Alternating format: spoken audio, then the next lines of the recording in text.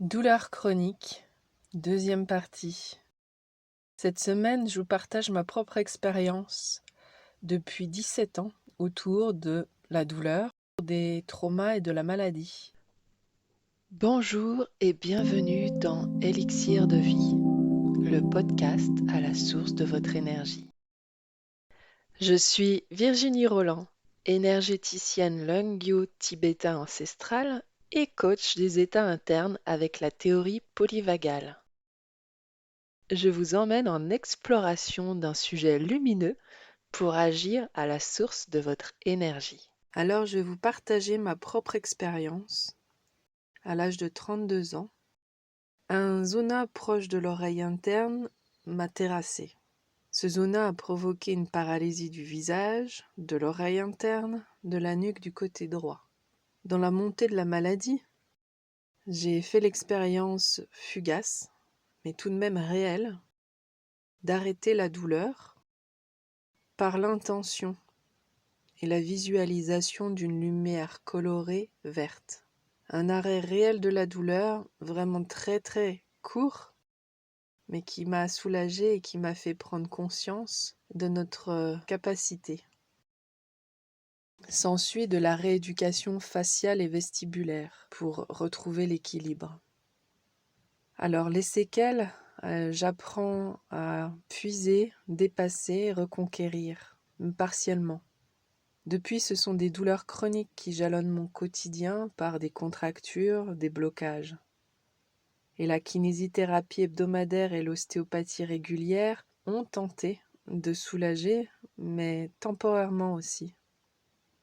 Dans cette expérience, je dirais que c'est la mobilité qui est la clé du confort physique pour éviter les torticolis et les blocages de l'épaule.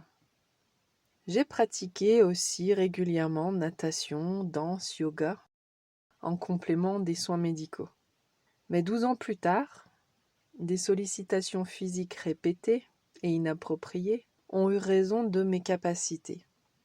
Et ça a été le début de 2 années et demie d'incapacité, qui a commencé par une névralgie cervico-brachiale, confirmée par les examens médicaux. Alors j'ai été immobilisée et surtout empêchée de dormir, car la position allongée aggravait les douleurs. Alors, par l'épuisement et puis le manque d'amélioration, c'est une sciatique au niveau de la jambe droite qui s'est déclarée. Et tout mon côté droit est devenu une douleur incessante. J'ai vécu de la douleur, du stress, de l'épuisement. C'est un stress mécanique, un stress traumatique, un stress qui est devenu chronique et homéostasique.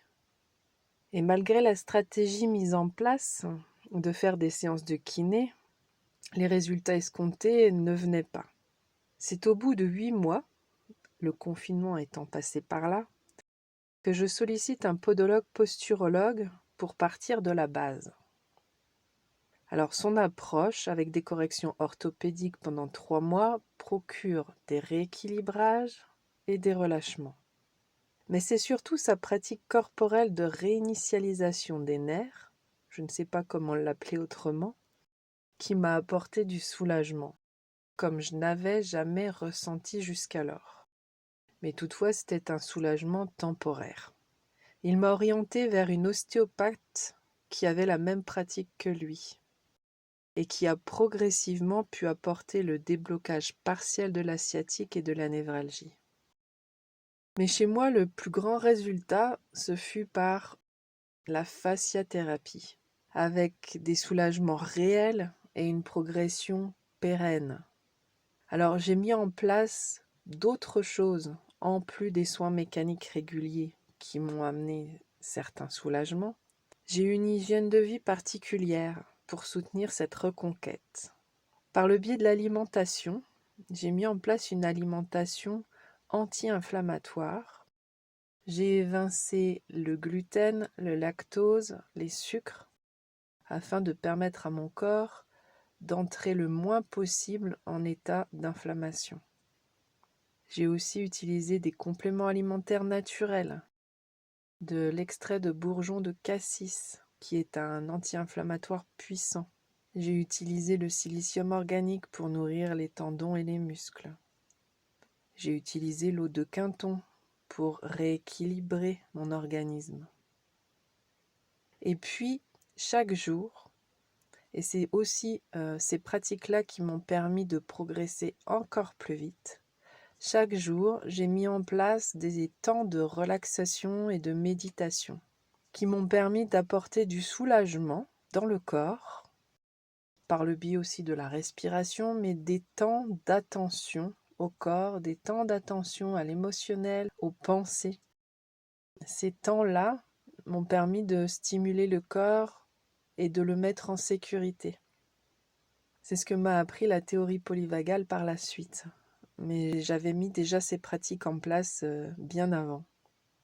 Toutes ces pratiques en synergie m'ont vraiment procuré des progressions rapides. De regagner 5 heures de sommeil par nuit, alors que je ne dormais que 3 heures. Au bout d'un moment, on va dire, au bout de 3 mois, j'avais rattrapé mes 8 heures de sommeil quotidien. Et donc un confort de vie qui va avec. Avec la théorie polyvagale, plus tard, j'ai même pu aller encore plus loin en allant reconnecter, en allant porter attention, bienveillance et compassion à des blessures du passé. Cela a eu pour effet de diminuer certaines douleurs lombaires, par exemple.